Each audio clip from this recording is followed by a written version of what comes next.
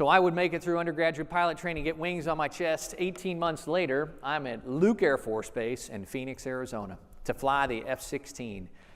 One problem, though, you get 4 rides with an instructor. Your 5th ride is solo, or you're out of the program.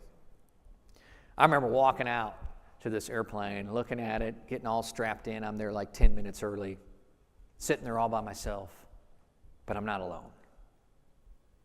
Is in that cockpit, like creeping in that cockpit, is everyone in my life that said, you're not good enough, you're not smart enough, what a stupid idea this is, you're going to wash out, you're going to be so embarrassed. They're in there with me.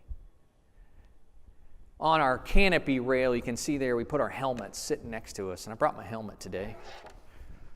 So in this moment of great self-doubt, my helmet's sitting over here, and I'm like, man, we got to go. I ripped this helmet off the rail, and I put it on, and I put my dark visor down, and I closed all those people out. It was the most empowering moment of my life when you realize nobody's coming to help. This one's up to you. We all need a dark visor in our lives because we all have these people who will try to make you a prisoner of common assumption, tell you what's possible, what's not possible, try to prevent you from going the places you know in your heart you need and want to go. My daughter is a senior at Notre Dame, and she's an English major, and she read me this poem the other day. I loved it.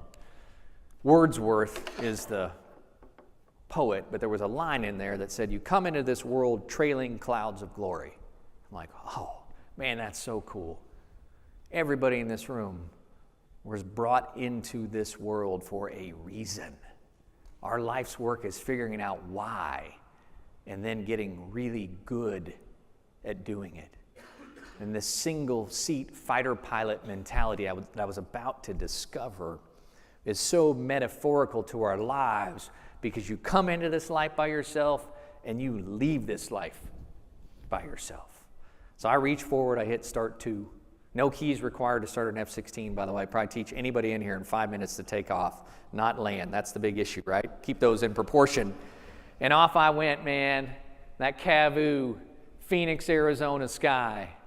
Flew my first solo F-16 ride. Come back, land in my parking spot, pull up, roll up that big bubble canopy, and I take this deep breath. Greatest smell on earth, jet fuel, right? Like if it was a cologne, it would be called Speed. But as I exhale, I get this gift. Go before you're ready. And if you go, I will always be with you. This is my life anthem. And I believe that it's the DNA that ties true greatness together. The people that figure out you'll never have it all figured out. The people that have the courage and faith, put their dark visor down, close out the experts, and listen to your heart.